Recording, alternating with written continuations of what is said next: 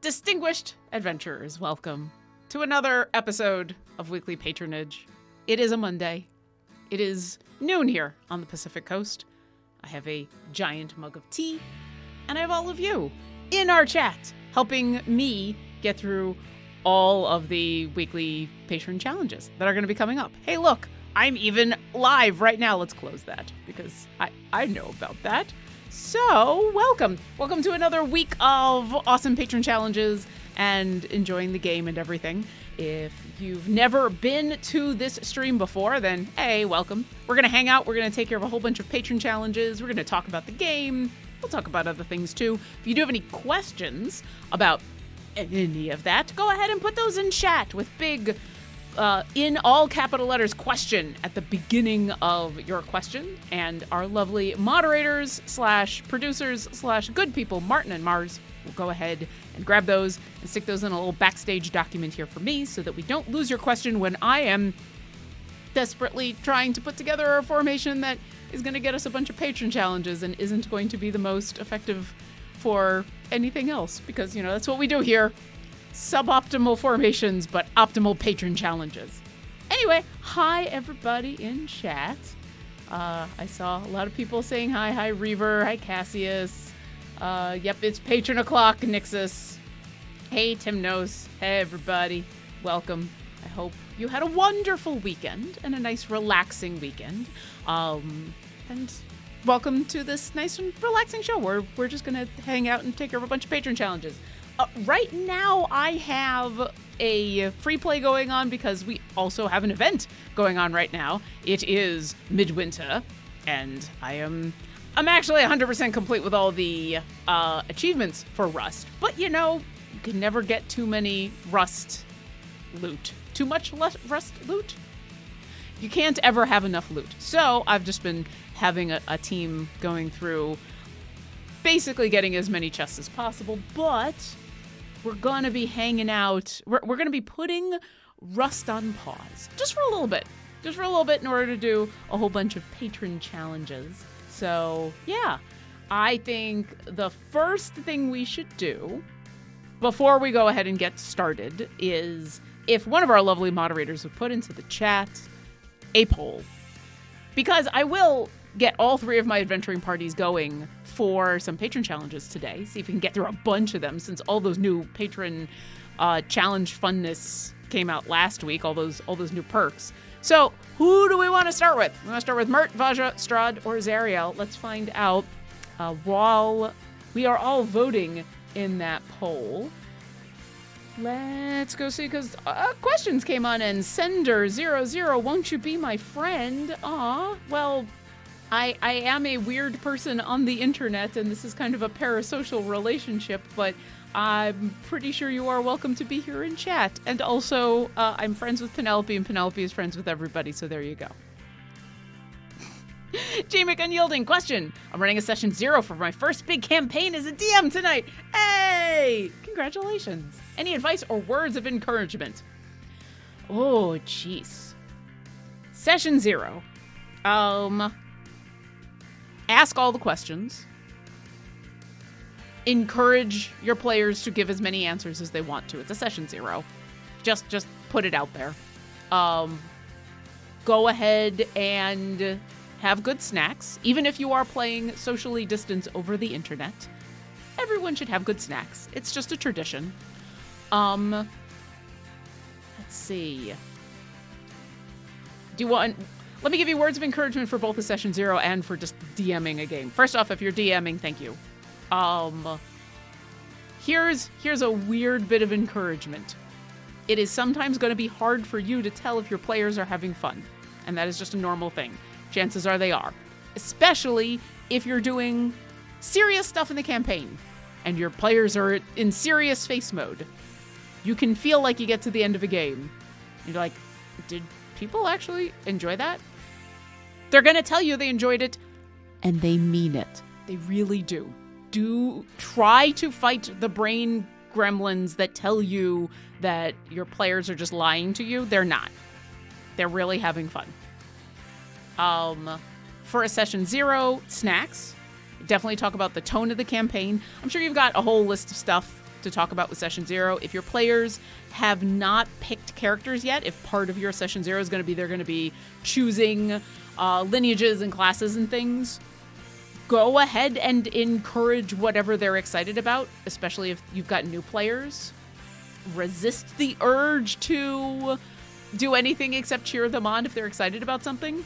If they're new players, it can be hard sometimes to watch them pick like Druid or something that's complicated, but it's okay. If they're excited about it, let them pick it. Let them have fun with it. Everybody will help. Make sure you've got a safety checklist nearby that you can go through.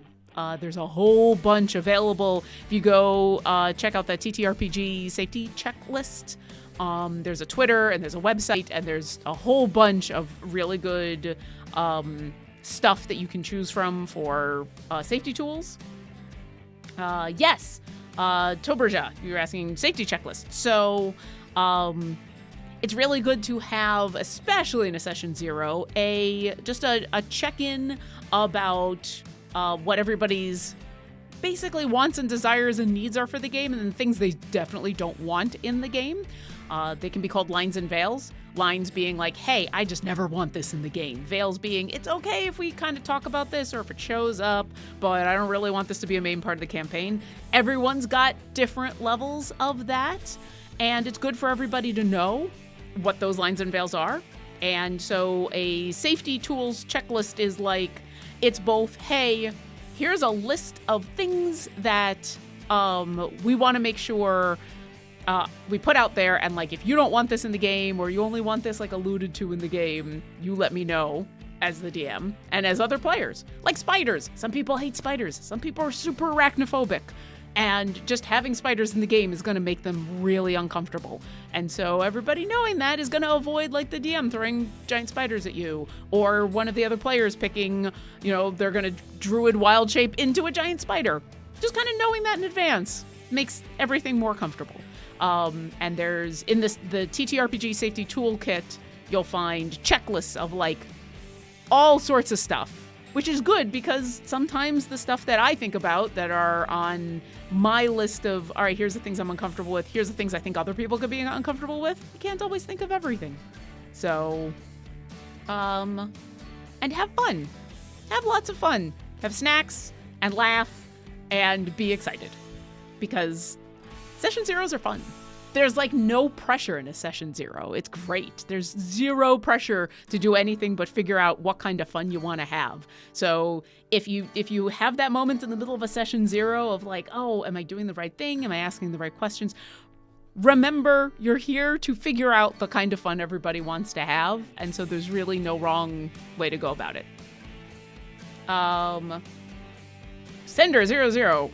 Is there a way to change the color of the formation circles? When on white snow, they are hard to see. Sadly, no, not yet. You're right. They're a little hard to see when there is snow, but I can pass that along. Also, I think we already, Mert won. There we go. Mert's our winner. We're doing a Mert perk.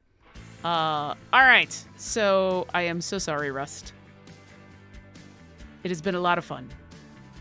Well, let's take care of some Mert challenges, shall we? All right. So what I like to do, we're going to go ahead and charge into getting at least our first formation set up. Continue asking your questions in chat, and the wonderful Martin and Mars will go ahead and grab those for me as I stare intently at weekly challenges. So what I like to do before I just dive in, take a look at all 4 challenges. Take a look at all 4 patrons. Kind of figure out, this champion is going to get used over here, so maybe I shouldn't just grab them for a formation. It also helps with figuring out, where do I want to go? What do I want to do? You know, it's easy to just go into Mad Wizard and like grind Mad Wizard for everything, but sometimes it's fun to go other places. And also welcome to lurkers. We do have a fair number of lurkers in chat. I am a fan of the working and lurking, so if you've got to take a second and just have us on in the background, I totally understand and welcome. All right, so we've got beasts, undead. Oh, no DPS. Humanoids, fiends, distractions. Rosie as our highest total damage dealer. Okay, but Rosie, I believe, is a DPS. Delina, Nayeli, and Celeste. Okay, so I think we're going to go for this first. Rosie, Delina, Nayeli, and Celeste. Let's take a quick look at Vajra. All right, so this is good to know. We're not going to be able to work on this for Vajra because Nayeli is going other places. And Black Viper, and no support champions. Oh, Vajra, why you gotta do that to me? Vajra. Ugh. 500 areas, Birdsong, Turiel, and Avrin. And Delina, who we're not going to be able to do because I'm using her over there with Mert. So that's good to know. Zariel wants Arkan Torgar and Sasaspia. Ariza as our highest total DPS. And a support champion. I think Ariza is a support champion, so maybe I'll do both there. All right, anyway, let's get Mert going. Fiends. I mean, I'm still working on a lot of Baldur's Gate Descent into Avernus. So I feel like going there and getting to Elturiel's Last Stand would be a good thing, so let's do this. Let's go on over and make all the fiends unhappy.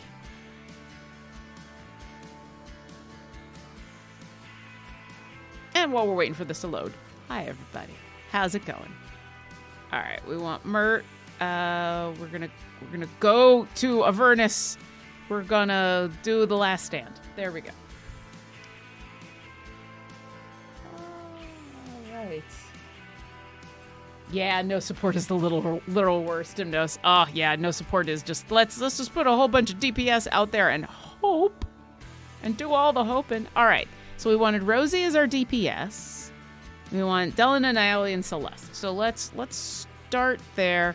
I'm so sorry, Murder Burb, but we're gonna want Rosie, Nayeli, and Rosie's. I think. Whoops, misclicked. There's Delina. Ooh, we always go with the war. I mean, I'm gonna, yeah, sure. Tides of Chaos. Why not? Why do I always forget where Rosie is? There's Rosie. There you are. And I think, yeah, she is listed as DPS, so we're not gonna be able to do that. Nobody with a DPS, but that's okay. That's all right. We'll put you there. We'll do that. We want Rosie to be more deadly, so we'll go Shadow Arts. It's not really gonna make a difference where you're gonna be, so... Alright, there's our basic formation. There's the people that we need. Let's fill people out from there. Alright, Arkan, I know we're gonna need another place. Could go Penelope. I mean, Penelope is always welcome. Ariza we need for a different place. I'm going to hold on to Makos because one of the other patron challenges, I think it was Zariel, the fact that they want Arkan Torgar and Sasaspia, I'm kind of thinking of putting together an evil formation there. So... yeah, let's get another tanky tank. Yeah, we may be adding some Heroes of the Plains in here because Avrin's got to be in the other place. Get a Shandy. I don't think we needed. I think Avrin was the only Heroes of the Plains that needed to be somewhere else. Oh, the zapper. Always got to be the zapper. Yeah, there's Averin. Okay. So let's do that. And let's do that. And we're going to start finishing this up. All right, so we want... Oh, I'm pretty sure Rosie's chaotic good, right? Yes, she is. Tail feather, minor eruption, Metalborn. Yeah. And now chaos. Okay, let's put...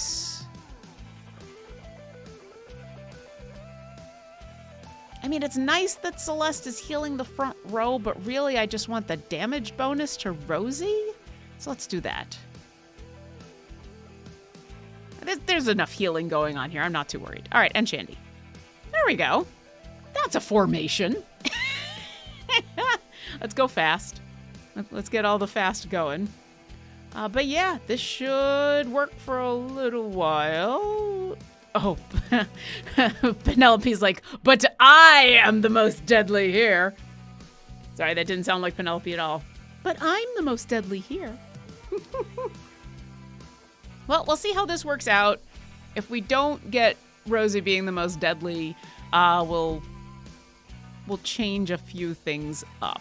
But this should at least work for the moment. Obviously, we're not going to get that. How far did I gotta go with Rosie? 250 plus.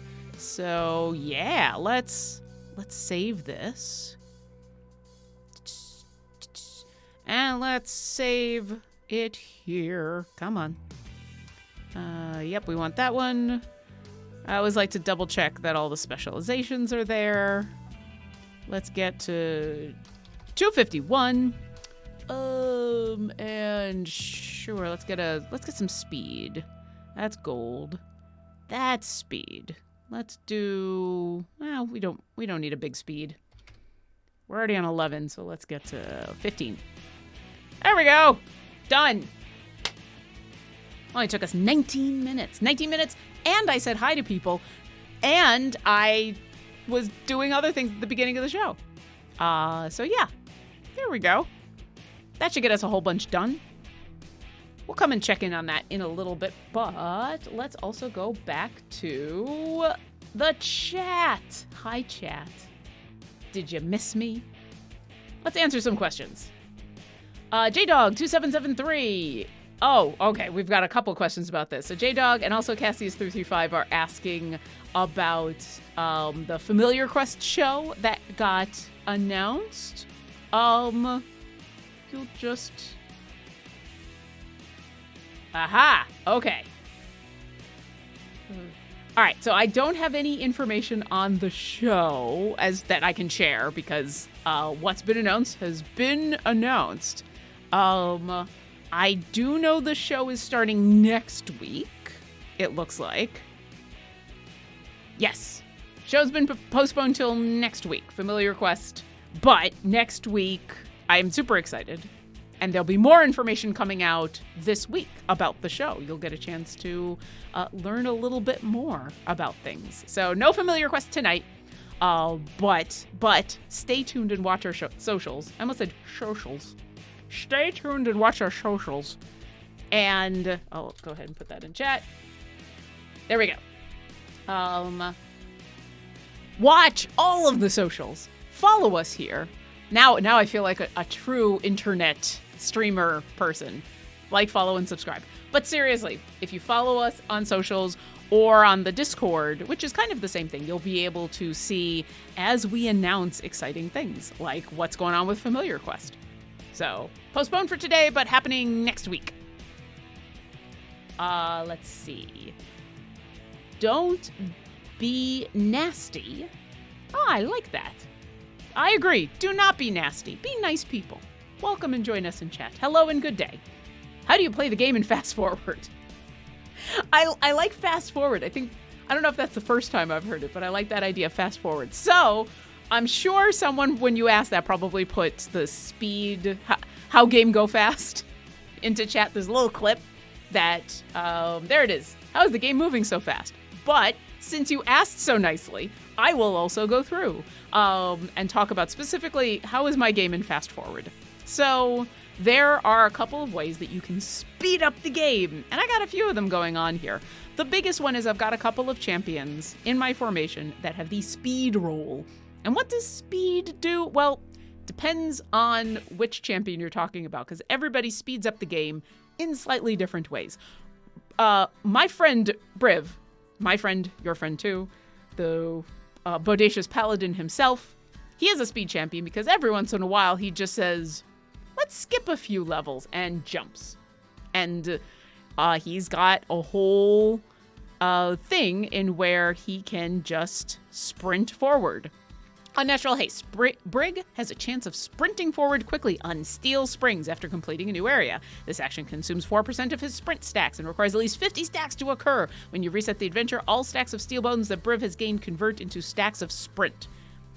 So basically, every once in a while, Briv, when you get to an end of an area, let's see if it happens here, he just jumps. He just goes, woo! And then all of a sudden, instead of going to, say, area 27, you're in, like, area 29. You skip a whole bunch. So that's considered speeding up the game. There's also Shandy here, who is doing a way more obvious speed increase. Dash. Increase the game speed by 50% when the formation hasn't been under attack for 60 seconds. So basically, as long as you are killing things, as long as you are slaughtering enemies or making them run away or whatever the adventure is, and the formation is not getting attacked. Oh, there goes Briv. Bye. And bunk. It's adorable. Adam would be so upset with me. Actually, no, I think he loves it too. But like, it's adorable when Briv just goes. So anyway, Shandy, literally, as long as the formation is not being attacked, just makes the game go fast. Just speed things up. There's a whole bunch of champions that do that for a variety of ways. Some champions will just make enemies spawn faster. Some champions will literally make attacks happen faster. There's a whole bunch of ways you can go faster. So that's one way that this game is going fast. Also, although it hasn't activated here, there are potions you can use. So there's these potions of speed, and I'll go ahead and activate one. And it literally accelerates the game and makes everything move faster depending on which one you use. So we'll just add that medium potion of speed, and then everybody just speeds up. Everybody goes a bit faster. So it's a good thing to do when you're doing something that isn't necessarily active play. For example, if you're not actively, like, constantly doing formation changes, and there's a lot of things you can do in the game that just involve you paying attention a little bit more and moving things around. But if you're like, I just want to get through a bunch of this free play like 4 or 5 times to get done with this challenge, like what I'm doing right now, then you can use these speed champions and the potions to literally how game go fast. Also, check out that little clip that somebody put in the chat. That is literally all the ways that you can make the game go fast, said incredibly quickly. It's really well done. Okay. Good question. Narwhals in a trench coat. Narwhals in a... 3 narwhals in a trench coat? So is it just the what is that called? The horn? I guess it is a horn if it's a narwhal. Does that mean you're just looking at a trench coat and there's just 3 horns sticking out? That's actually kind of epic. That's like human, except if they all had spears. That's, ooh. Sorry, I'm very distracted by your awesome username. Question, what's in today's beverage? Oh, I have updates for both me and all the moderators here in chat. So Mars says that they have a Thai tea bubble tea. Ooh, that sounds really good. There's a really nice bubble tea place around here. I may have to give in some bubble tea later. Martin says, I've got a CBC radio blend. It's a black and green tea blend. Ooh, that also sounds really good. I have Zomba White Pearls. This is one of my favorite teas from Friday Afternoon, which is a local tea place around here that I absolutely love.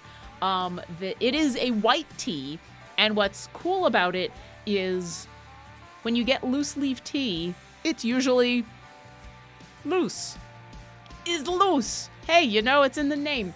But the pearls, when they're sun-dried, they wrap them up into literally like these little packages.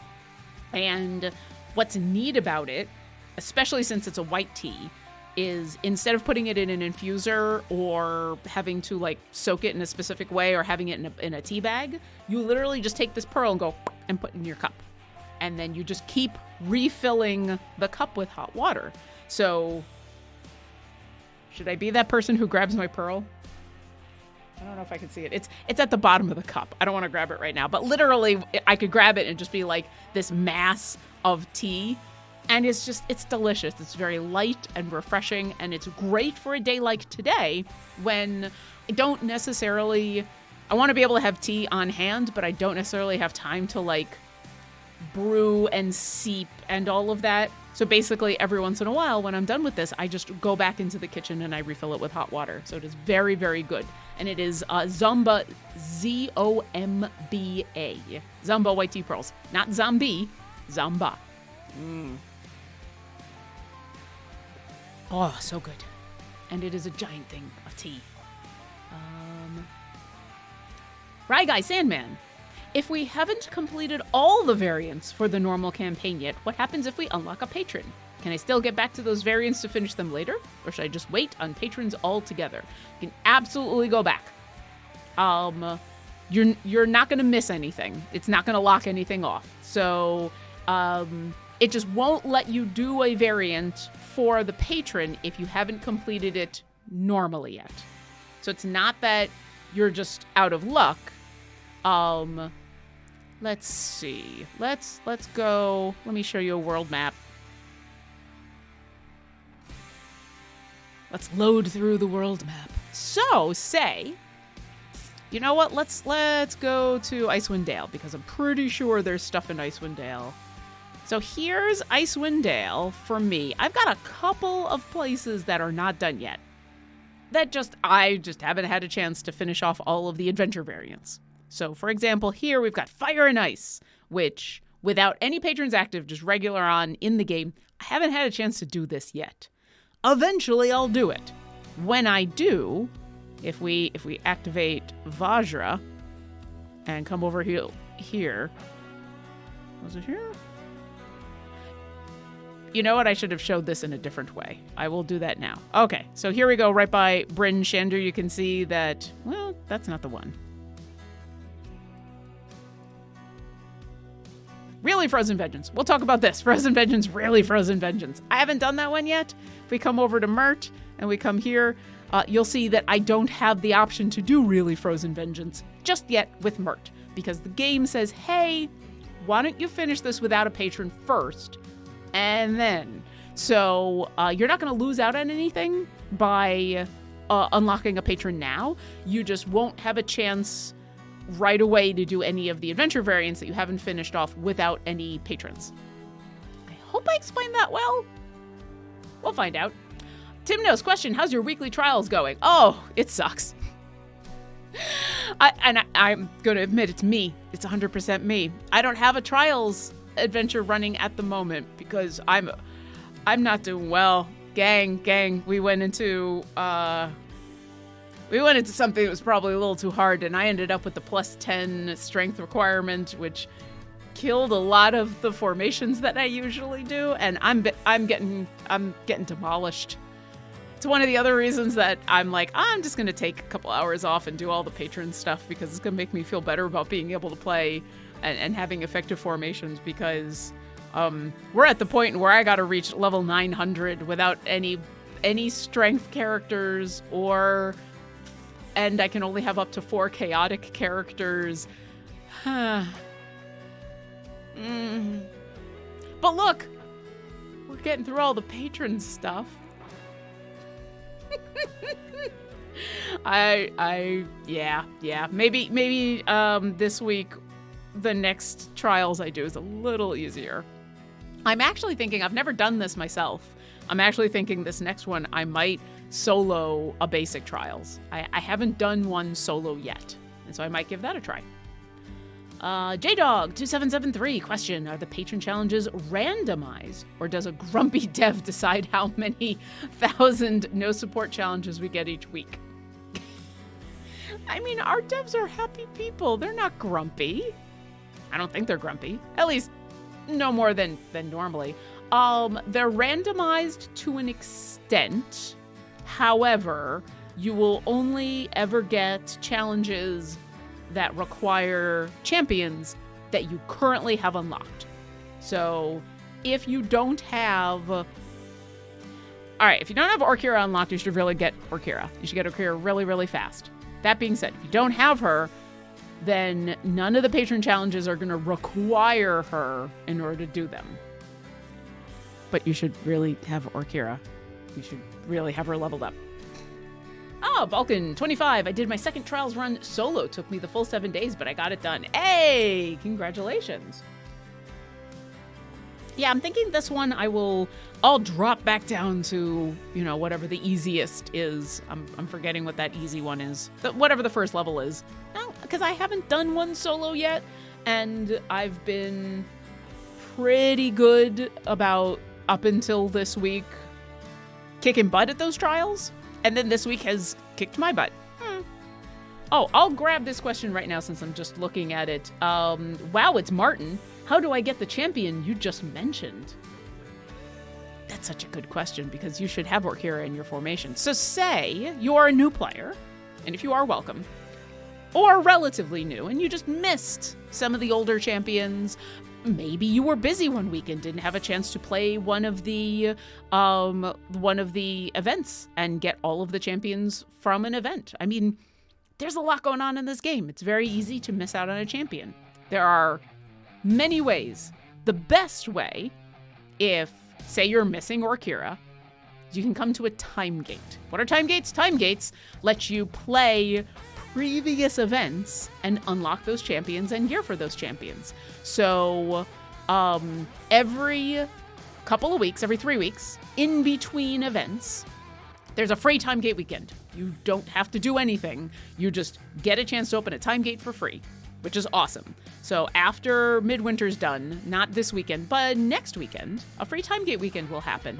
And what'll happen is you'll open up one of these time gates and it'll give you an option of 3 champions to choose from that you can do their event for free. And the champions that's going to offer will prioritize champions that you don't currently have unlocked. So there's a good chance, if you're missing Orkira, Orkira will be one of the people that show up. If you want to pick from the entire plethora of champions, you use what's called time gate pieces, which drop in a bunch of different ways. They just drop on a regular basis. You just get them while you play. You can also get some through some of the patron challenges that we're doing. So for example, let me close this. We're gonna come over to Mert. As we're playing through the Mert challenges and earning Mert coin, we can use the Mert coin to buy things in the Mert shop for Mert, Mert perks. And one of those things is time gate pieces. So you can use Mert coin to get time gate pieces. And when you have 6 of them, then you can unlock a time gate. And then it just lets you choose from all of the available champions. And you can unlock whichever champion you want. Or if you already have that champion unlocked, you can activate them and then get a whole bunch of chests for that champion. So just by playing the game, you'll have the chance, but time gates are the best way to unlock a champion that you don't have. And if you don't have Orkira, you should totally have Orkira. You should get Orkira. That is also true. Since we're specifically talking about Orkira, I will mention what our Green Paradox has very smartly put into the chat, which is Green Grass, which is the event that you can get Orkira in, just like we're doing Midwinter right now, and you can get these 3 champions. Green Grass is Orkira's event. And so you will have a chance to get Orkira and 2 other champions if you want to wait a little bit, but that's not until April? March or April? About 3 months. Wow, it's Martin. I don't even have patrons unlocked. That's okay. Listen, there's a lot going on in this game. And as long as you're having fun, that is the most important part. there are guides if you're looking at this like, oh, I want to unlock this and I want to have that and I want to have access to this and I'm okay with like using a guide to get through stuff. Garwar has a guide that will help you to like plan out what you want to do in what order to unlock access to a lot of stuff very quickly. But honestly, just playing and enjoying the game and hanging out here and getting Electrum chests and playing stuff that sounds like fun, you will progress in the game. You'll unlock stuff. You'll have access to all sorts of stuff. And you can unlock all of the champions from day one of the game with time gates as you go. So enjoy the ride. It's a fun one. Let's do a couple more questions, and then we'll get another patron going. Prince Guinevere, if you keep leveling Delana, won't she outshoot Rosie? Probably. She's not in... You know what? We'll do that. We'll put her in the least ideal position for getting buffed. I should probably save this new formation. And so, yeah, it's very possible. Right now, Rosie is setting my bud, so she's doing pretty good. Here's the thing. If it happens, it happens. It's not the end of the world. We're getting stuff done. And because one of the challenges that we're doing... Come on. There we go. Complete 250 areas with... that wasn't it. What was the 250 areas with these people? With these fun people? Oh, they got to do 1,000 areas. So here's the thing. It may work out that Rosie gets usurped by Delana as the most powerful total damage dealing champion. But, like, I gotta use these characters quite a bit in order to unlock this challenge. So, it's fine. If I get through enough and where I've finished this challenge and I still don't have Rosie as my highest DPS, I'll redo this formation and pull out Delana and pull out a couple other people and just, like, hardcore Rosie, and then I'll be fine. So... But I mean, at this point, she's getting most of the buffs, so she should at least, yeah, I think it'll be okay. But if it happens, JDog2773, is there a current schedule of this week's shows somewhere? I don't know if it's already been posted or if it is yet to be posted, but usually on Mondays, in several places, we list the schedule of the week. The schedule of the week tends to say mostly the same, but just to kind of keep you updated on if there's been anything that's been like postponed, like the familiar quest that's happening tonight. The best place is the Discord, discord.gg/idlechampions, because it gets posted in the announcements channel there. I think it's also posted on the subreddit and maybe Facebook. There's also a calendar, like a visual calendar that gets posted on Twitter, but I know that gets very, very filled very quickly. Nixa says the schedule is not in the Discord yet. It should be soon. And the Twitter account, yeah. So it sounds like they're still updating a few things, which happens. So keep an eye on those places, and you should see it up shortly.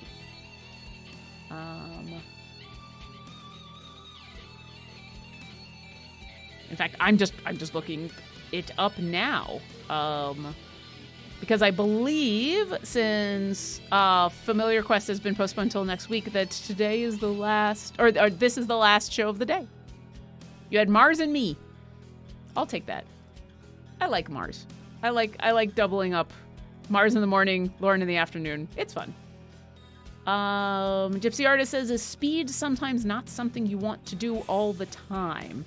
Yes, especially if you're doing some very specific active play stuff. You don't necessarily want speed for everything. So sometimes it is good to not go fast or to not have your speed champions. But it depends on what you're doing. And a lot of the time, going a bit faster is a good thing. Aqua710, I can't decide who to get in my next time gate. Grabbed this one. Oh, okay. So Mars, because usually what happens is when people say, I can't decide what to get for my next time gate, I have suggestions for how to figure out who you want to pick, but it's hard when you just say, hey, who should I pick? Here are some suggestions. Not of specific champions, but how you can figure out specific champions. First off, what do you want to do next in the game? So for example, let's say you want to unlock some patrons. Now, most of the patrons require you to have a specific number of champions unlocked. And so just going for champions can help. A lot of the time, you may want to look at, what are you missing? Are you missing out on a bunch of the champions that are in a specific slot? If you look through your roster and you click on the little arrow, do you have a ton of people in slot 4, but not a lot of people in slot 5? You may want to focus on the champions who are available in slot 5. Do you have a lot of really good DPS, but not a lot of really good buffers? Are you missing out on a tank or two? Are you looking for some more speed champions? What would help you right now in the game to have? Do you need more Dragonborn in your life? And you always do. Do you need more Dragonborn in your life? Are you looking to collect all the kobolds? Sometimes answering those questions can help figure out what time gate you want to go for. If you wait until the free time gate weekend, one of the things that usually happens, and it's both fun and it kind of takes over all of the chats, once the free time gate weekend happens, you'll usually see in the Discord, in the subreddit, during chats, during live streams, you'll see people going, these are my 3 champions, who do I pick? And you can at least get like spot answers from people who are like, go for this one. Absolutely go for this one. Or you may get people to say, well, if you don't have this one, go for them. Otherwise, go for this one for this reason. So that's usually fun. But that's my first suggestion. If you're unsure who to unlock, if you have a plethora of champions that you have available to unlock, and you're not sure who to go after first, think for a second about what is the next goal you have, and are there going to be specific champions that are going to help you reach that goal? Because chances are there will be. And that'll give you kind of a path. Also get Orkira. Always have Orkira. All right, one more question, and then we will get... Actually, a couple more questions, because let's get another poll going on here as we're trying to defeat Tiamat. Come on, everybody. So we currently have a merch going, but we have Vajra, Strahd, and Zariel available. I would love another poll for our lovely, lovely chat to find out which patrons should we put together a formation for next. I love it, just patron. While we do that voting, I will answer a couple more questions. Let's see. Kinsauki, do you actually play the oboe? Yes. Yes, I do. I am a classically trained oboist. I have a bachelor's and a master's in music performance. I actually just got offered a quick gig for next week. Yay, my first gig in months. I'm excited. But yes, that is what I have my training in, is oboe performance. And then I've been very lucky in the last 6-ish years to get into doing work for TTRPG stuff full time. Especially in the last couple of years, where playing in an orchestra has been not as prevalent. But yes, I do play the oboe. It's actually sitting right there. Nazgul 666 question. What are those symbols next to your potion? And how do I get that? It seems like a 7-day potion and other stuff? Good question. So I have a couple of pretty big things going on here. So this is a potion of the Gold Hunter. There was also a buff that was given to me for gold find and a buff that was given to me for currency earned. These things come in a couple different ways, but mostly when you buy chest packs. You buy a chest pack of a certain size, you get an extra buff. If you're ever curious about what comes with any of the packs, I'm trying to decide. I mean, yeah, let's look at Rust. So say you buy 16 chests, it gives you a whole bunch of stuff, including this Empowered, which increases all favor earned by resets by 50% for 3 days. So that's if you purchase some chest packs, you get some of those. You can also, in a bunch of In some chest packs, you can get these potions that do bonus stuff. So, like Potion of the Gold Hunter or Potion of the Gem Hunter. I also had at one point, I think I used it. I had one of those, the potions that help you to, they give more stuff when you, it gives a buff to the Modron endpoints. That's what it is. I couldn't think of how to describe it. But yes. But then you basically get a bunch of that stuff just getting chests that you pick up. So a lot of these potions are just from regular old chests, silver and gold. Silver and gold. Psychomorphic energy, thank you. I couldn't remember what it was named. I just knew what it did. Also, looks like Strahd is our winner. Oh, we're going after Strahd, are we? Well then. Let's take a look at Strahd. Hey, Strahd, how ya doing? So, Birdsong, Turiel, and Averin. We're not going to be able to do Delina. 500 humanoid enemies. 500. 5,000. 5,000 humanoid enemies. Okay. So, keep on submitting your questions. Put question in big capital letters at the beginning, and one of our lovely moderators will grab those and put those in our backstage chat. Meanwhile, I think we'll go do Rime of the Frost Maiden. Yeah, let's do this with Strahd. Switch to a new party. Yeah, I know. So Reaver 1 is talking about Beast Intentions is best for all of the kills. I kind of like... So I've been trying to, for these patron challenges, use Icewinddale or Baldur's Gate or even some of Witchlight, because these are the later campaigns. And so by using those, I don't really miss out on too many of, say, the humanoids that I'm going to kill. But it definitely helps when I'm earning favor and helping to get better at some of these later campaigns, because these later campaigns are hard. So let's Sunblight in Rime of the Frost Maiden. Now comes the fun of, can I find Sunblights? There you are. And we got Strahd active.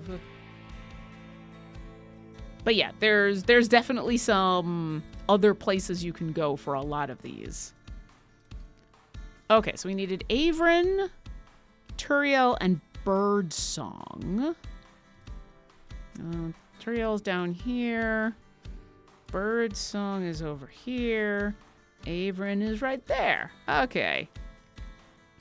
So Turiel does the thing in where the further you are behind them, the more buff you get. Birdsong is lawful neutral, so we're gonna select neutral. Wait, did I do that right? I sometimes just start picking neutrals. Yeah, we want lawful because that's what Birdsong is. Oh, geez, always want sturdy mirrors. Yeah, no, it was neutral. Neutral, we're going to have them be the soloist because we're going to have Birdsong be our main DPS, because why not? My Birdsong is pretty nice. I use Birdsong for a lot of the formations that involve the Heroes of the Plains, because the Heroes of the Plains are not always... they don't have a DPS amongst their ranks, which is weird. Okay, let's... Ooh, Celise would be good. Let's get Celise tanking. Tank. Eliwood could be fun. Maybe Vlanya.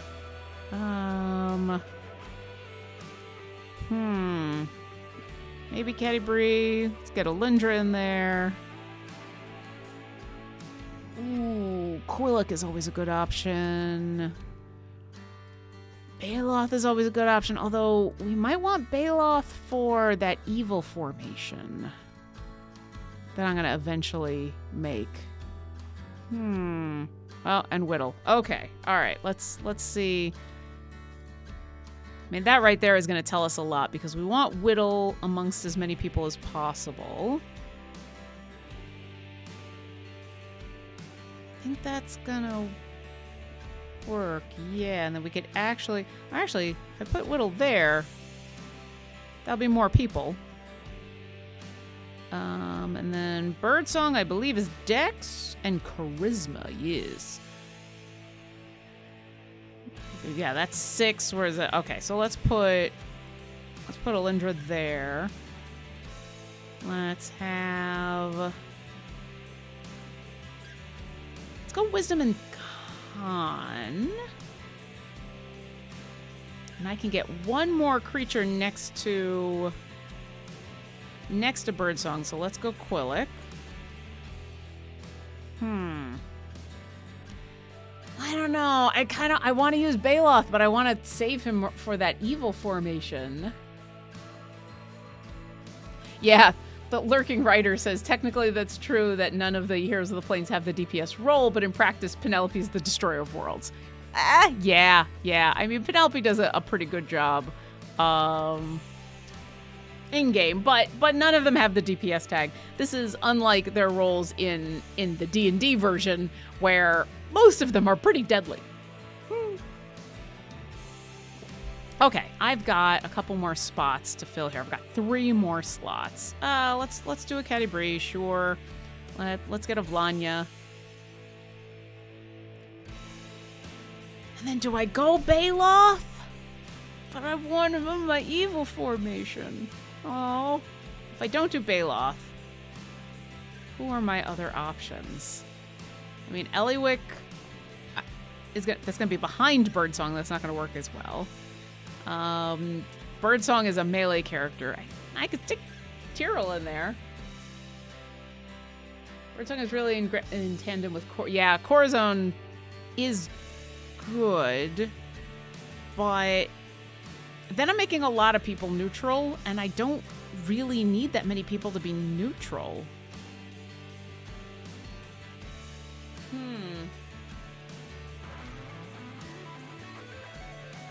I mean, everyone's asking for him, so let's do this. We'll put you there. Because I don't need Corazon to be next to Birdsong, because Birdsong is already neutral.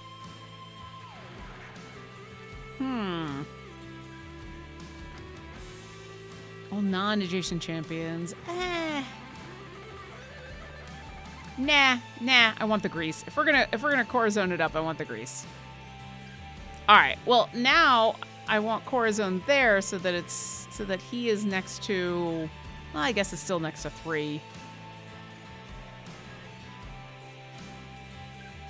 I could put Dragon Daddy in there. Oh, you know what? Let's get Palton in there. Let's get some gold find. Sure, why not? But damage. Okay, there we go. Everyone's like, but Song of Battle and neutral characters and the whole formation neutral. Good. I mean, yes, absolutely. But we're kind of building this not as an optimized formation, but just as a let's make sure that Birdsong is getting all the attention, and Birdsong kind of is. So, you know what though? Since Catti-brie is a little bit more of a DPS, and I don't really need. Yeah, we'll do that. That works. Here we go. Let's get this formation going. This is nice and solid. Let's remember how many areas. I got healing champions. 500. So it doesn't really matter. So let's 300. There we go. And then let's get a speed potion going. Done. There we are. This is actually a pretty good formation. I am not necessarily someone who's going to use Turiel and everything. I would probably have gone with a different champion there. I mean, obviously not Orkira. But, like, this is pretty good.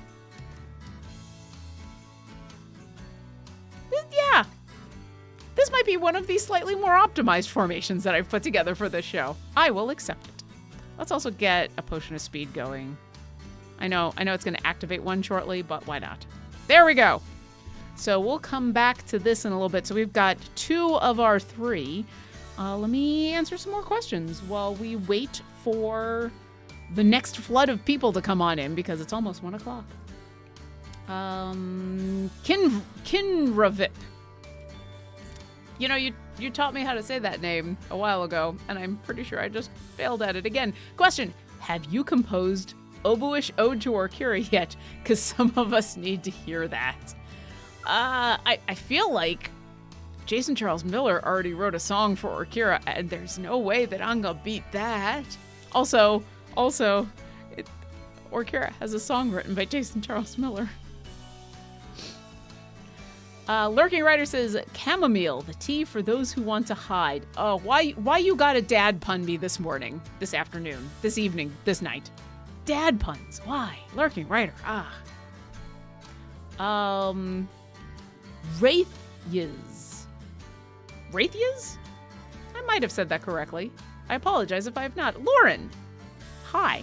Is there a link or guide somewhere that gives a list of the events and who the 2 older champs will be in them for the year? I know we don't have one. I wonder, chat, does Garwar have a guide for that? I'm pretty sure there's a list, but I am unsure where. I'm just asking the chat directly. I just check achievements. Achievements are a good way to go about it. Absolutely. Oh, Mars. Champion Visual Aid has a section for it. Yes. Hold on. It's the... Yep, there it is. It's already been put in there. See, the check out the Idol Champions Visual Aids by Mars. Mars has a guide for that. Here we go. So there you go. There's a link in chat. It is the champion. It is an excellent resource for a bunch of things, especially if you are the type of person that likes to see a lot of that information all in one place.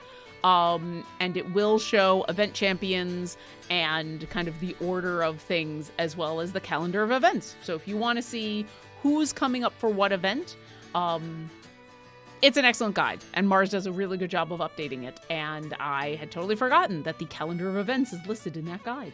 So let's open this image in a new tab. Let's just do this now. So we are currently in midwinter, in the bleak midwinter. Next coming up is the Grand Revel. Yay! Which the previous 2 champions are Havilar and Human, who is, you know, just a regular human. And after that is Fleet's Wake, which includes the Svaspia and Ariza. And then I'll do 2 more because. So after that is Festival of Fools, which you'll have access to Briv and Alindra. And after that is Greengrass, which will be Melth and Orkira. So yeah, you've got a couple of weeks to go before Orkira shows up. But yeah, check out that visual aid. Thank you, Mars. Also, welcome to all the people who are joining us. If you are joining us, we are on hour 2 of Weekly Patronage, which is a show in where I go through patron challenges and chat with the chat and look up Mars's visual aids on stream. Let's see. There it is. For a second, I thought I had lost the questions document. If you are joining us and you have any questions about the game, for me, for people in chat, about anything, but although we're here for the game, go ahead and put question in big capital letters at the start of your question, and that way the moderators, the wonderful Martin and Mars, can grab those and put those in the questions document, so that while I am creating formations that are going to be incredibly optimized for patron challenges, I don't miss your questions. Let's do a few more questions as they've been coming on in, and then also get a vote going. Let's get that vote going right now. So we've got a Mert, we got a Strahd. We have 1 more slot. Do we want to do a Vajra or a Zariel formation? Let's get that vote going. Let's see what y'all would like to see done. And meanwhile, Wow, it's Martin wants me to show off all my familiars. Aw, I love showing off familiars. So, if you ever want to look at your list of familiars, that's my adventuring parties. That's not familiars. There's familiars. This is a relatively new way to show off familiars, and I think it's gorgeous. We're also going really fast, so we're going to get a lot of wipes. So, you can drag them out here to assign them. You can hover over them to get a little bit of information about them, including if they're assigned to another party. You can only show ones that are owned. You can only show ones that are unassigned. And we're always looking for other suggestions for ways of organizing these familiars. They are currently organized in release order, which is why page 1 you'll kind of see a lot of the standards, and then they branch out. I'm most proud of this one, the first anniversary event, because I love that mimic. That mimic's fun. Here's baby Spurt, who is adorable. Aw. Let's see who else is in here. Oh, it's Trevor. Arr. We've got Grant the Baby Blue Dragon from Alindra. That was a wonderful charity familiar. Here's Pirate Flo, because Armored Flo. I also love Prism. This was another. I've got a soft spot for all of the charity familiars. Also for all the red pandas. Whenever I have Baloth in my formation, I have to make sure that Baloth gets the fancy red panda familiar on a unicycle with the top hat with a bunch of sausages, because it's fun. If you're a fan of the Sketching Hour, which is a show that I do on Wednesdays with Alexis and Michelle, who are two amazing artists from Idle Champions, and we take audience suggestions and roll on rolling tables and come up with a mashup of creatures. 2 of our mashups ended up in the game, and I say "are" as in like it's their art, because Michelle and Alexis are amazing. So Hoot, the overgrown owlbear fox, and Clover, the flower dragon parrot, are in here. They also end up places. Obviously, they got the Phoenix, because, they do toast me and marshmallow. Look, here's my Bahamut, which goes along with my Tiamat, my baby Tiamat, and my baby Bahamut. I tend to put baby Bahamut on freely when I remember to organize those familiars. There's still a couple more familiars I gotta work on. I gotta unlock. So I don't have them all, but I'm working on it. Let's see. Poll's about to end. This is your last chance to take part in the poll. If you have not voted yet, it is a tie right now. Oh, it is a 50-50 split. Oh, not anymore. Not anymore. People are voting. You've got maybe 10 seconds, maybe 5 seconds. 5 seconds to vote. What? It's tied again. It's tied. What? Wait a second. Chat, why, chat? Why you gotta do this to me? Dealer's choice. Flip a coin. You know what we'll do? We're not gonna flip a coin. We're gonna roll some dice. I'm gonna pull up Orkira's character sheet. I'm gonna roll a d20. And if it is a single digit, we'll do Vajra. And if it's a double digit, we'll do Zariel. I'll pull up the D4 Orkira. Okay, here we go. Rolling the dice. 15! Looks like we're doing Zariel. Orkira saving throw. As long as it's not an intelligence saving throw. Okay. Well, thank you everybody for voting. And the dice have spoken. We're going to put together a Zariel formation for our final formation of the day. You know what? This was the evil one. This is the evil one I wanted to... Well, Evil and Oriza. Evil and Oriza. Let's do this. Actually, can I have Oriza with... Well, you know what? We'll give it a try. Oh, one more thing I got to look for. Zariel wants humanoids, undead...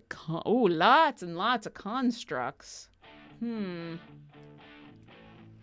can we go for constructs? Oh! There's Rime of the Frost Maiden stuff for constructs. Okay. Let us go to our world map and our third adventuring party. You all keep putting your questions into the chat, and I'm gonna get I'm going to get this final...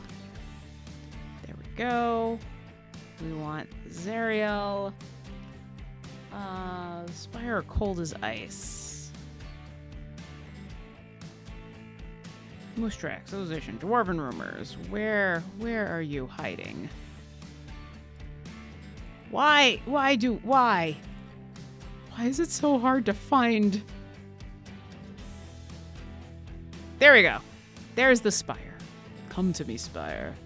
All right, we're going to put together this evil formation because why not?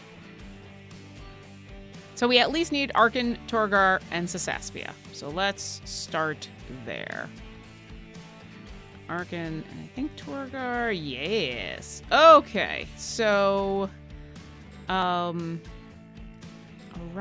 is here. So we can do Ariza at the same time. Oh, geez. I guess bulk up. Why not? We'll do that one. We're going to put a bunch of evil formation people in there. Let's do that. Well, we're not going to have Vlanya in the formation. So, okay. All right. All my evil people, let's do this. And where's... Oh, yeah, we can't use Kroll. Oh, Kroll. No. Oh, well. Is all right. Is okay. Who else? Who else can we get? Oh, yeah, we wanted Makos. We were specifically saving Makos. Let's put Makos... we want him next to as few people as possible. I want to be careful about putting him in this row because he's pretty powerful and he'll... I don't want him... let's do that. Okay. I don't know about other evil champions. Oh, wait. Aren't you... Yeah, neutral evil, Viconia. Get in there. You've been called. You and your undead have been called. Artemides is evil. Artemis. Ugh, I do that. But they're also DPS. And then it's... okay, maybe after I get Ariza. Oh, I can't use Kroll. Oh. You know, I could put Talon in there, because Talon has that thing in where he makes good champions more powerful. Increases damage of all champions by so many %. This ability is increased by 10% for each enemy. Oh, that's the killed. Where's the... Here we go. Talon decreases the DPS of evil champions in the formation by 50%, but increases the damage of good champions by 0% for each evil champion. So this is probably the way... She's neutral good. So I'm going to stick Talon in there. And... Oh, actually... So I usually buff his scatter tax, the Pathfinder... First comes... Oh, no, I didn't want to go that. Reverse the effect. I don't want to reverse the effect. Nope, never mind. Never mind. Ignore that. You did not see that. Okay. All right, okay. And then I got one more slot. I don't want to just put Brig in there. Just like all these super serious, evil characters. And then Brig, who's just having a blast. You know what? I think I'm going to do it. Here we go, Brig. Get on in there. For each champion, the formation is listed attack is lower. I think people are going to be doing higher damage than him. Let's do that and put him there. There we go. And then because I was thinking about it, I actually have Brig's spiky Almirage familiar. So let's do that. Yay. All right. Okay.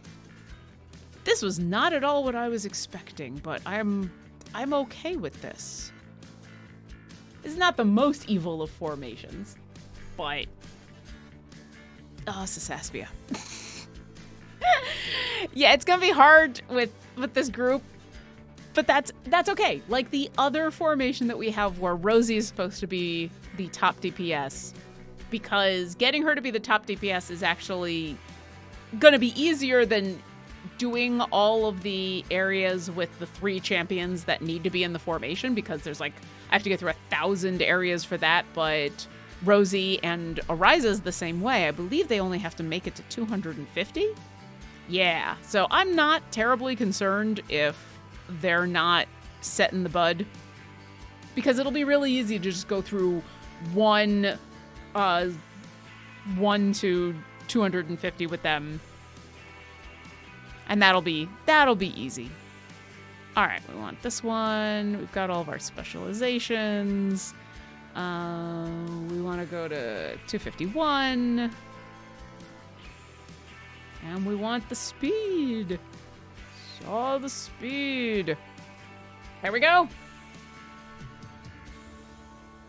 So that should do pretty well. We'll get Arkin, Torgar, and Sasaspia done in 2 resets. We might get Sasaspia as our DPS, in which case we'll get this accidentally. All right. Well, before I forget, the other thing that I like to do, since I have some holdover shop monies from all these, I'm going to go through, I'm going to buy myself some Modron component chests, because this is one of the best things about doing at least a couple of patron challenges a week. Yeah, does it kind of stink that I'm going to take a moment and I'm going to stop grinding out rust chests during an event? Rust chests? That was surprisingly difficult to say. Yes, but here's the thing. By spending a couple of hours and doing a bunch of patron variants, I can make sure that I can be buying myself some of those component chests, which are really valuable and really worth it. Super duper worth it. Okay. We got all three of our formations chugging along. And so I'm going to answer some more questions as soon as I get these folks moving a bit faster. Okay, back to questions. Wow, a lot came in. Oh, okay. Wow, it's Martin. I was looking at some of the champions. Why are there so few of the Forgotten Realms well-known personas? So a lot of the high-level characters are not necessarily champions. They're doing other things. For example, the 4 patrons that we got here are all some pretty well-known Forgotten Realms characters. There's, when you go do the time gates, the character that you are dealing with in the time gate, there we go. This is all about Mistra, and so yeah, you kind of find a lot of the Forgotten Realms characters are either NPCs or are quest givers or are patrons, and things like that. And then we do on a regular basis add popular Forgotten Realms characters, especially the main group of champions that you get include a lot of those characters. And then we have a lot of characters from a bunch of different shows that are out there, streams and groups that play, so that it's a fun way that you can experience, you know, having these weird crossovers, and where Brig Hellclaw and Arkin the Cruel are working with Baloth the Entertainer to help Human, who is totally a human and not 3 kobolds in a trench coat. Wandering Brift, I missed the news. Please, where can I find the announcement that the new show being canceled this week? It's not canceled, it's just delayed. It will be starting next week. I don't know if the schedule has been posted yet. If it has, you can find that on any of our social medias or on the Discord, and that's where the weekly schedule gets updated. But never fear, not canceled, just delayed 1 more week. The real Bunny Beast, so you're literally an oboe master? Yes. Yes, I am.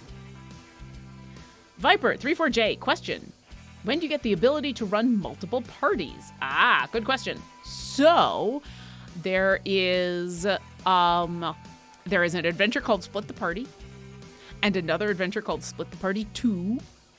And when you complete Split the Party, you get a second party. And when you complete Split the Party 2, you get a third party. Yes. You can look up ways of completing that adventure because split the party is tricky. And I say that as someone who got help herself. It took me getting some help in order to do split the party. But once you do it, then you get the multiple parties, which is, there we go. One of our moderators has just put Garwar's Guide to Split the Party 1 and 2 in chat. So if you're looking to unlock multiple parties, which is really helpful when you're trying to do, say, a bunch of patron challenges all at once, like we're doing right now, definitely go check that out. Let's see. Hurts you for defeat 250 levels without a DPS. Does it have to be in the same run, or could you do, say, 50 levels with click damage 5 times? As you can do that in bits and pieces, as long as it's not, you have to get past a certain level. So you just gotta kind of look at the way it's phrased. So for example, this defeat 200, let's do a actual level. So this one says complete 500 areas with Arkan, Torgar, and Sasaspi in your formation in any Zariel variant or free play. That doesn't have to be in a row. I could do 50 and then reset, and 50 and reset, and 50 and reset. Reset any Zariel variant or free play in area 250 plus with Oriza as your highest total damage dealer. That one you do have to do in a row because you have to finish area 250. So that's basically the difference between the two. If it just says complete so many areas, you can do those in bits and pieces amongst a whole bunch of different adventure variants. If it says reset after a specific area, then you have to do that all in order because they have to make it to that area. Reaver01 question. Oh, this is a math question. Oh no, is getting 3.85E 0.6% damage buff for Xander good?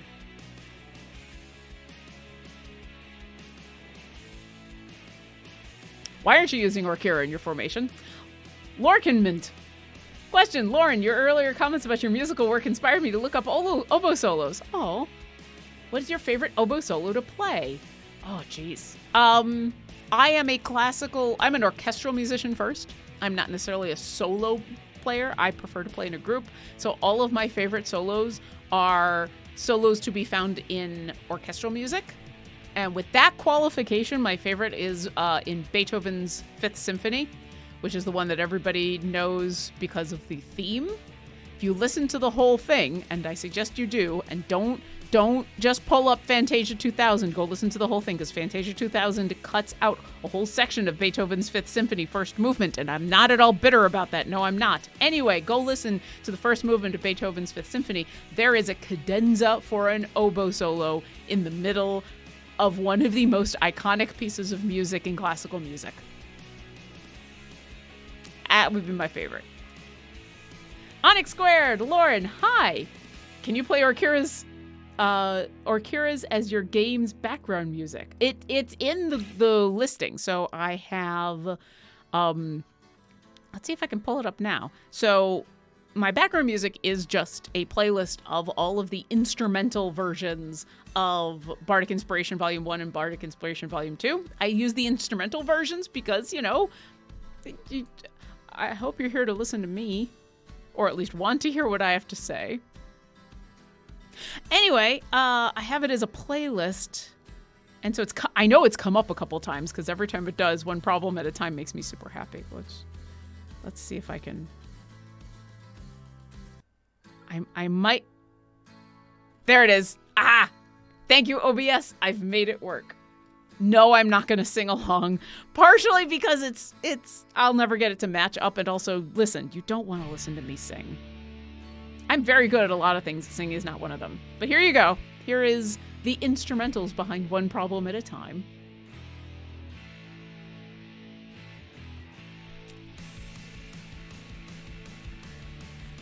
Okay, enough of that. The Lurking Writer question. Speaking of the bleak midwinter, have you ever performed it either solo or as part of an orchestra? It's a beautiful piece of music. I have. It's been a while, though, and it is very beautiful. It's very sad. Decaf Hobgoblin 5. Decaf? I'm impressed. I am impressed that you're going decaf. Question. So I normally make my formation surrounding Paulton and any champions with gold feats. Is there any advice you would like to give new players to help them get to the higher levels in their adventures? First off, welcome. Thanks for joining us. Higher levels, so if you're looking to push your wall, and for those who are new, your wall is literally the area that you reach in where your champions can no longer kill any of the monsters that are showing up, and so you can't push any further. That's what's considered your wall.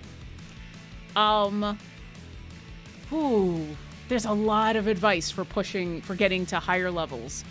A lot of it might be your formation. There may be tweaks or changes to the formation that you're using that will help get you pushing further. For example, if you're focused on Paulton and Gold Find, there may be some champions you can swap out that will reduce the amount of gold that you find, but increase buffs to your main DPS. So you may want to look at that. Not get rid of all the gold find, but like maybe Paulton is doing okay by himself, and you can bring in a couple of other champions who can offer a DPS buff. Maybe look at just moving some people around. If you're unsure for formations, if you've got kind of an ideal formation, if you come to our Discord, there is an entire channel in the Discord that is dedicated to formations. You can post up what you got and who you got and what specializations they have, and people will give you advice. There's also Formation Save, which I'm going to look up when it is this week just to make sure, because they've changed around a little bit. But Formation Save is this fun... It's new-ish, but it's not really that new. It is a show that Sean and Taylor, the two people who are the wonderful duo behind the support tickets. So if you submit a support ticket to Idle Champions, there's a good chance Sean or Taylor are answering your health queries. But they do a show called Formation Save together. The next one is going to be Wednesday from 9 to 11 Pacific. And... after that, I believe there's one on Thursday, but I'll double check that. And Formation Save, the awesome thing about that is if you are not actively in a Trials game and you join the show, you can submit a current formation to them. They'll pull up your game.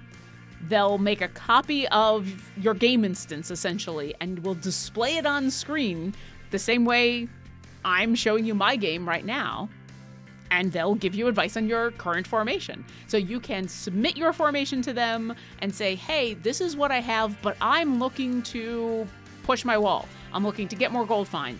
I'm looking to make everything go faster. Whatever it is that you're trying to do with that formation. And they'll go, if you move Torgar here, if you've got this character... in your roster, maybe if you put them in the formation, they'll give you some advice and they'll play around on screen and show you all the different things that you can do. So I definitely suggest coming to Formation Save. Also, if there are any champions that you are missing, if you still need to unlock some champions with time gates, maybe one of those champions will be able to help in that formation.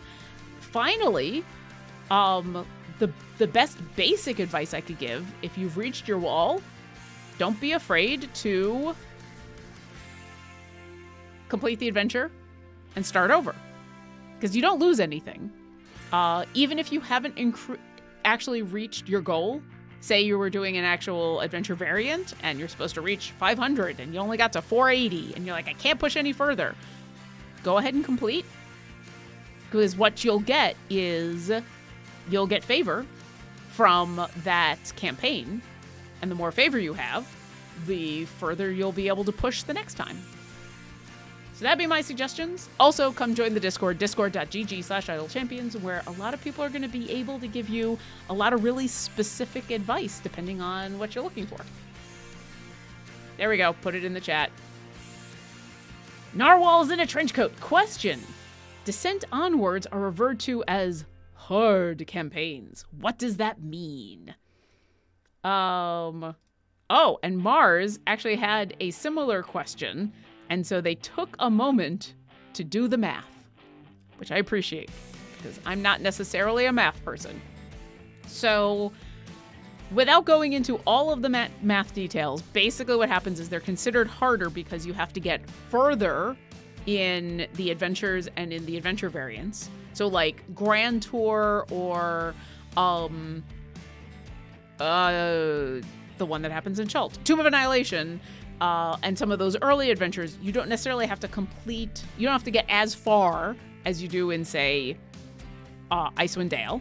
Also, as the wonderful Mars has mapped out for us, Stage 5 Stage 5 boss help on first adventure of each campaign for Grand Tour, Tomb of Annihilation, Dragon Heist, and Witchlight is a number. Avernus is twice as much. Icewinddale is twice as much as that. So basically, the bosses get harder to defeat as well. And the schedule has been posted in the Discord. If you were looking for the schedule for the week for streaming, it is now in the Discord. So yes, Avernus and Icewinddale are considered to be harder than the other campaigns. They just require you to get further. They require you to do more damage. But the idea is hopefully by the time you've gotten there, you've done so much of the other campaigns that your champions are in a good spot. Thank you, Nixus. Also, yes, schedule is just posted in the Discord. It's probably going to end up on all of the social medias around there. But yes, go check out that schedule. And I will get through a couple more questions before we end today. Gramblitz question. I'm new to patrons and just unlocked merch and Vajra. Hey! Welcome. Congratulations. What are all the ways of getting currencies? You were doing challenges, so I'm guessing that's either the best or the only way. It's not that it's the best or the only, but it's the most fun. So there's a bunch of different ways. So let's go with Mert. So the challenges that we're going through, he gives you these challenges, and if you complete them, you get a bonus. We're also getting the just by playing in a free play with any of the patrons active, we're earning that monies. So for example, right now we are in a Zariel free play, and if I do nothing else, I will earn, if I complete this free play right now, I will not only earn favor for being in a Icewinddale free play, but I will get symbols of Zariel that I can use. So just playing will get you stuff. Doing the weekly challenges will get you bonuses.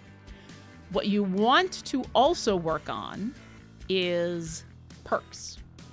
And the way that you get influence and perks, the best way to do that is to actually go after adventure variants, which gets hard, especially when you're talking about Strahd and Vajra and Zariel.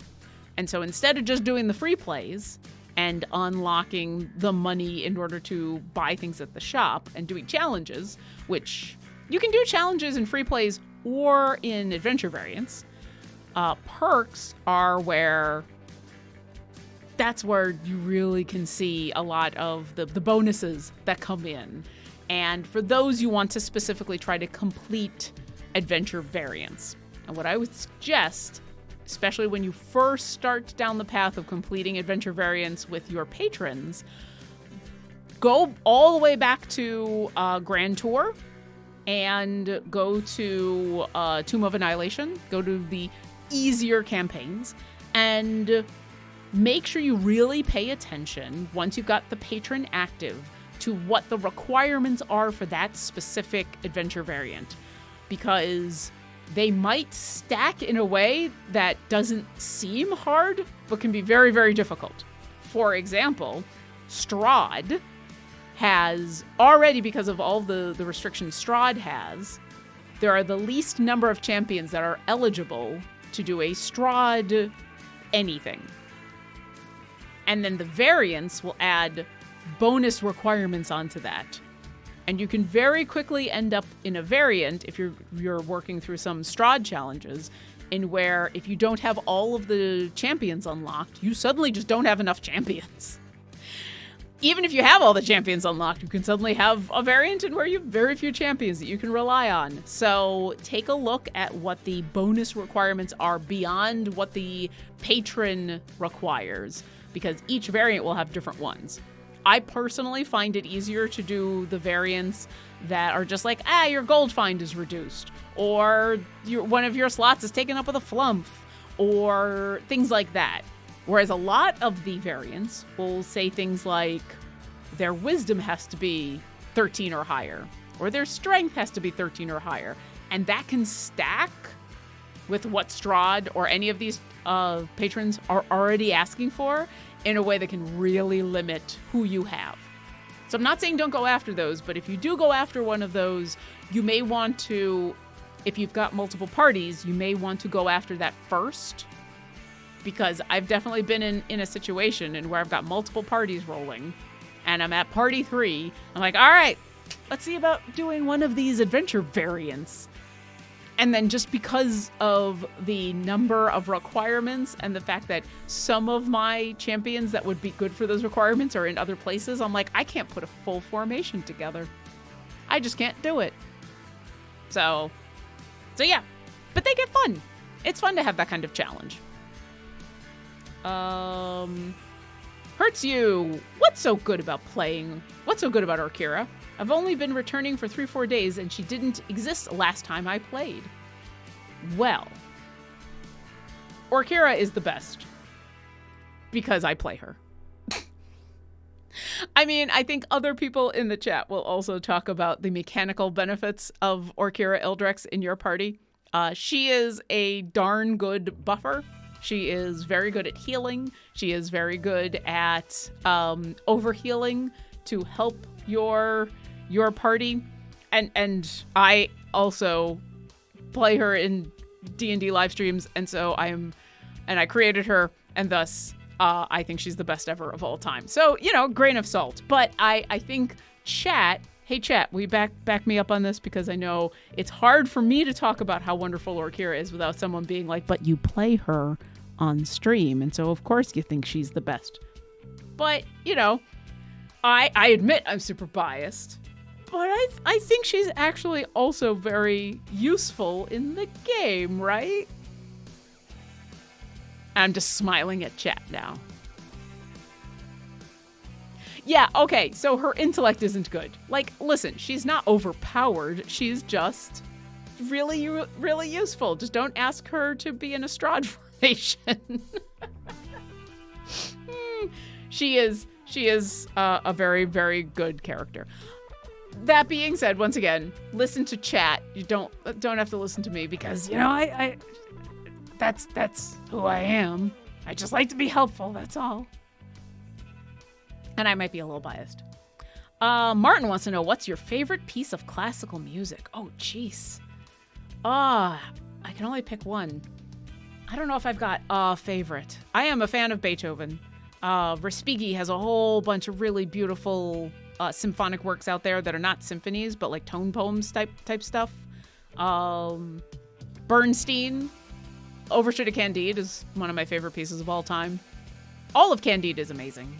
But Bernstein especially. Yeah,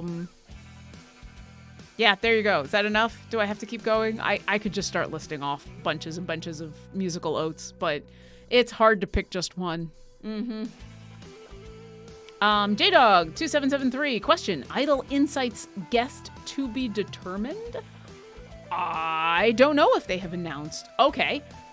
Since those of you who have seen the announcement of the schedule getting posted, did they list on the schedule who is the guest on Idle Insights? Because I certainly don't want to...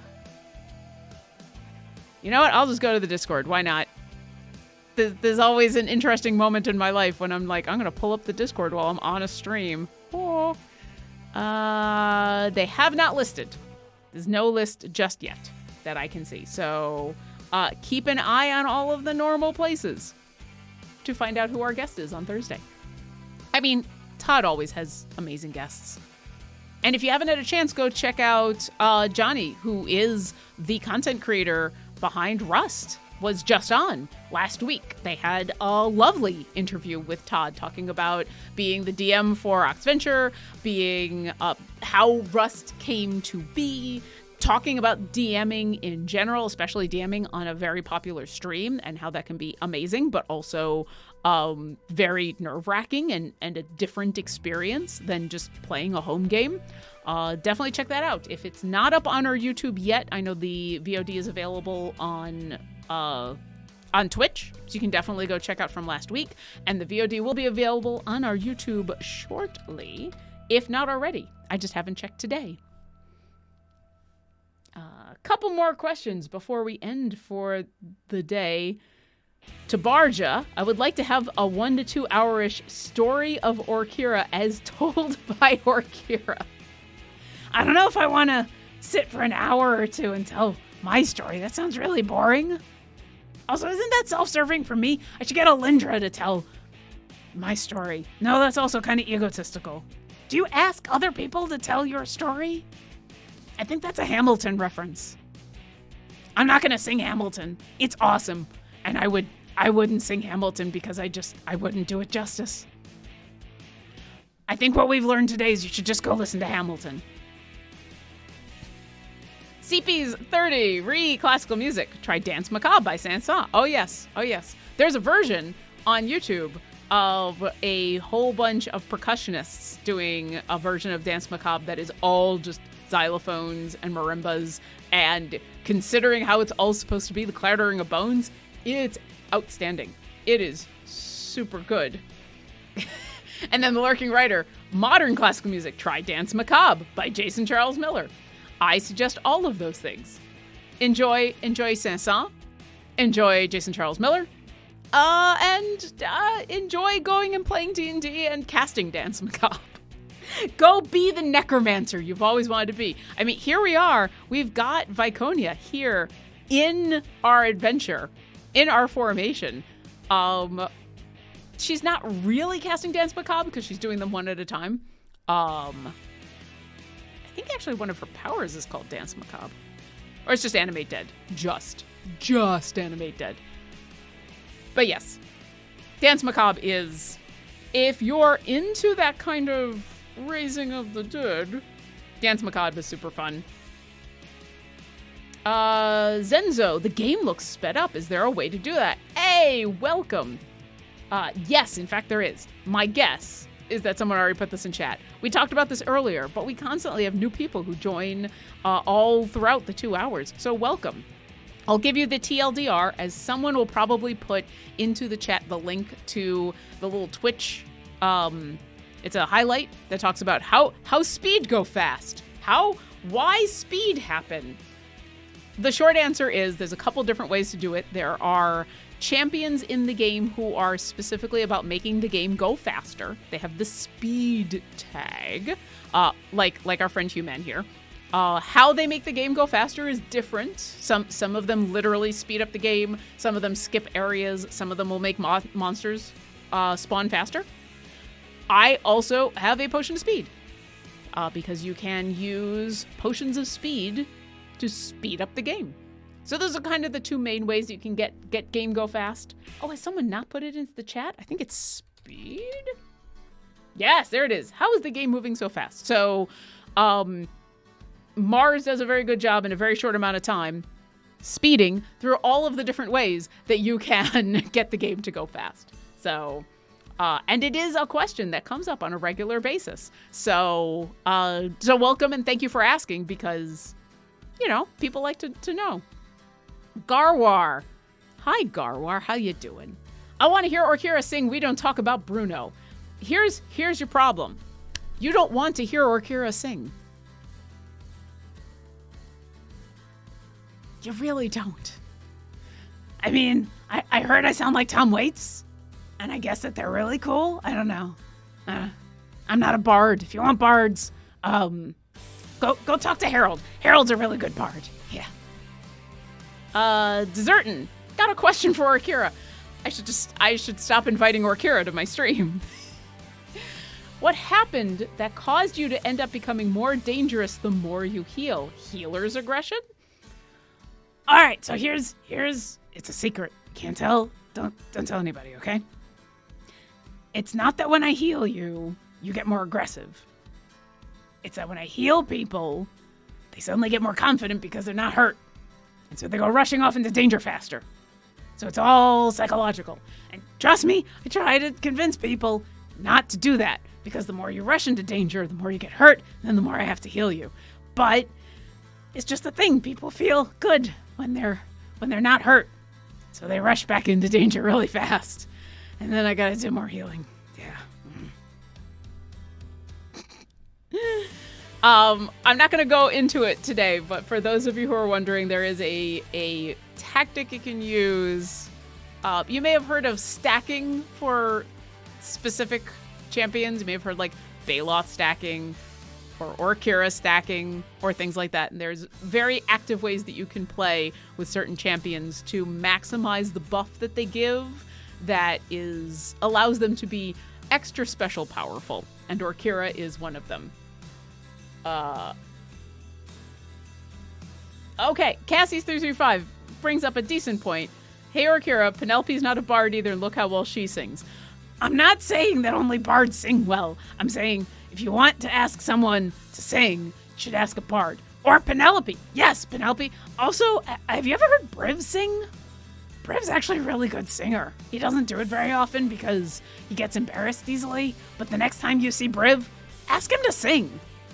Briv and Penelope should do a duet. That'd be amazing. Also, Freely's a really good singer. I know, like, he talks about his bard part of him is like, I just do it for sword stuff. But, like, he's a pretty good singer, too. I don't know about the others. You should probably ask them. Don't ask me. I don't sing. Or I don't sing well, I should say. To Benya, question or more curiosity? I mean, both are good. Cisaspia's ultimate seems to be grayed out on your formation as well. I noticed it under patron specific, but seems fine without enabled patrons. There's a specific thing for that. It's because of the thing that I'm using. Oh, I've forgotten how this works. Hold on. I don't use Cisaspia as often as I should. It's because of the way that I'm using her ultimate.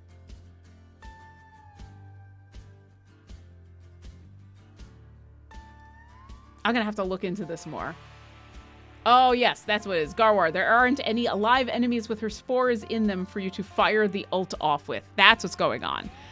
And I specifically have her specialization set up in where she's not doing as much of the firing off. Basically what's happening is we're killing stuff too fast for her to infect them with their spores, and so we can't set off the ultimate. So it's actually kind of a good thing. It actually is ooh, Ariza. Sorry, the explosion happened. It's cool looking. So it's actually a good thing because it means we're churning through enemies super fast, and so she doesn't need to fire off her spores. I guess Briv likes singing Van Halen. Yeah. Tabarja says, I understand why you're retiring her, but I'm going to miss the voice. Aww. Yeah, I'll miss her too. I mean, there's going to be a little bit more Orkira before she goes. She's going to retire, but what'll happen is Orkira will become the character that I pull out every once in a while, right? She'll become the character they pull out for like a one-shot or something for Idle Champions, but she still has a little bit to do on D4, and there's one other thing coming up with Orkira, and that's all I'll say. Also, thank you, Garwar, for your help.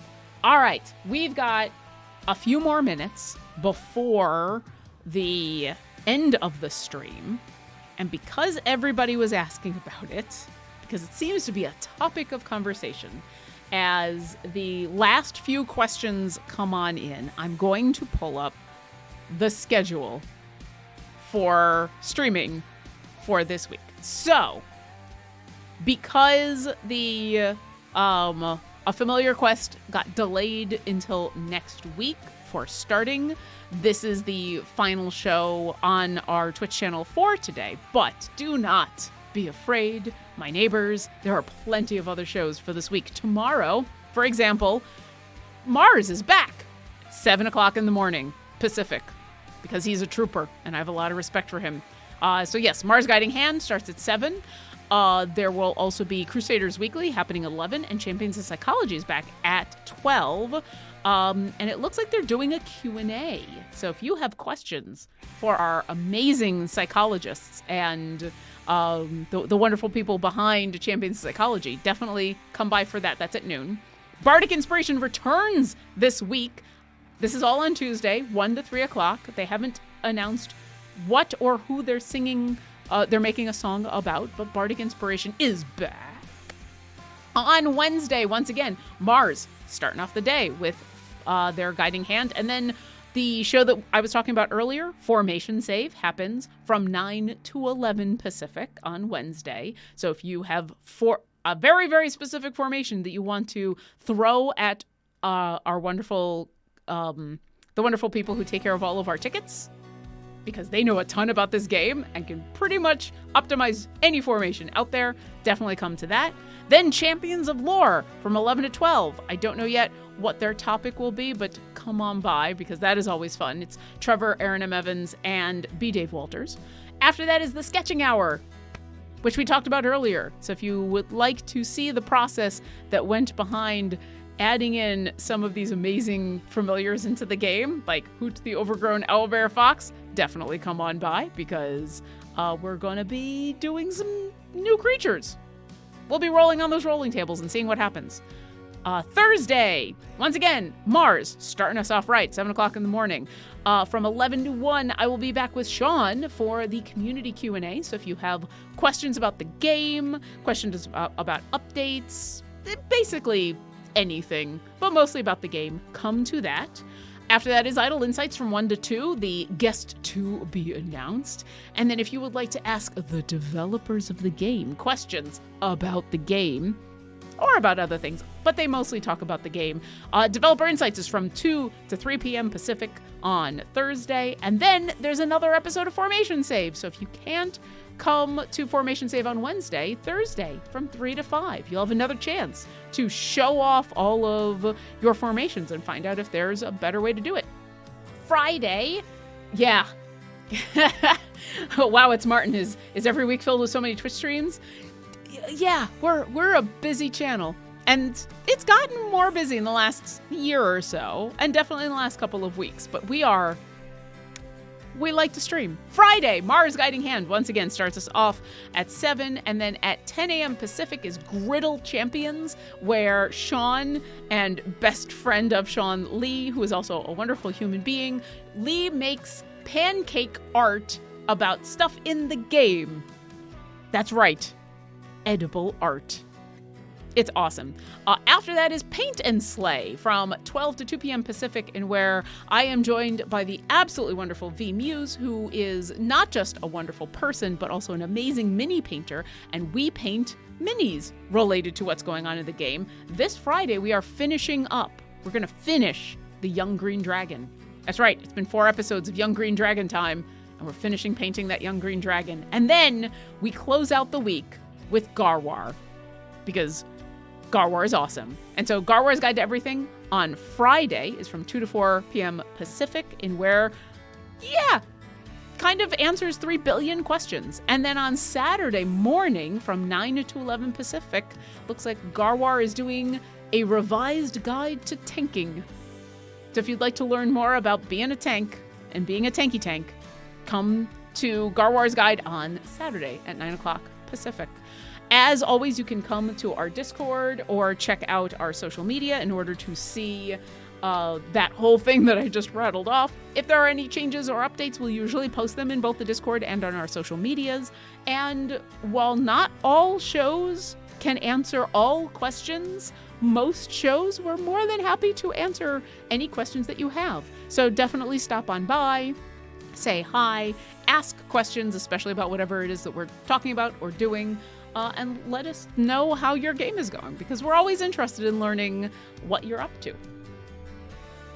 Thank you. Thank you. It's good to have a script to read off of. The Lurking Writer wants to know, question, have you named your Young Green Dragon for Paint and Slay yet? Yes.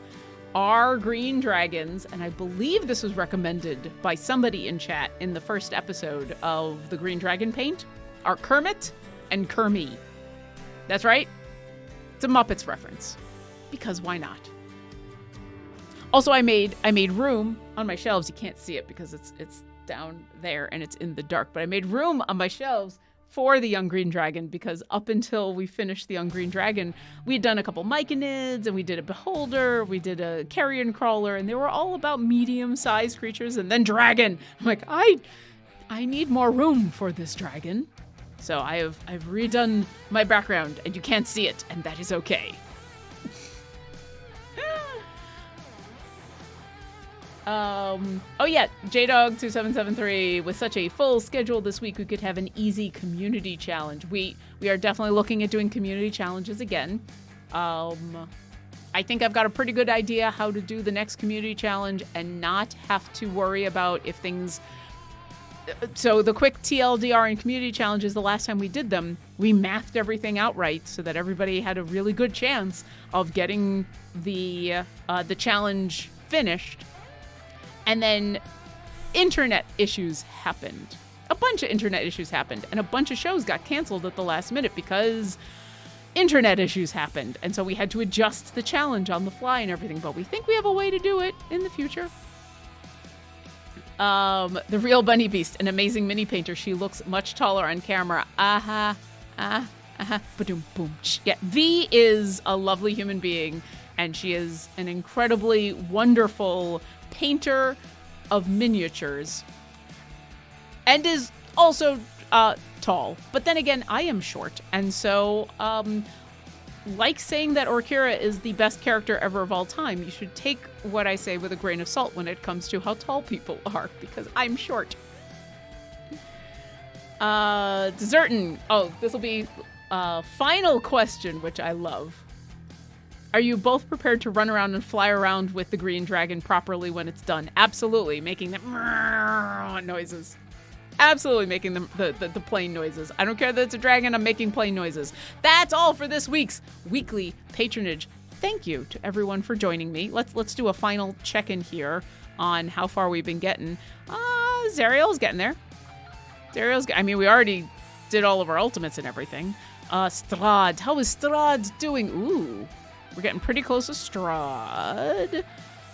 We'll find out about Delina shortly. Looks like we're going to get this without a problem. And finally, over on the Merts, look, we've already completed the Fiends. We got all the distractions. We're getting there. We're getting there. We're working on it. So we are on track to today finishing off a whole bunch of patron variants and then being able to go back to grinding out rust chests, because rust. Anyway, thank you so much for joining me on this week's weekly patronage. If you liked the show, then tell the moderators how awesome they are, because Martin and Mars do an amazing job. If you didn't like the show, you can tell me, because our moderators are still awesome. And you should tell the moderators you love them, because moderators are amazing. Come back tomorrow, first thing in the morning, for Mars, for more of Mars' guiding hand. And as always, we'll see you next encounter.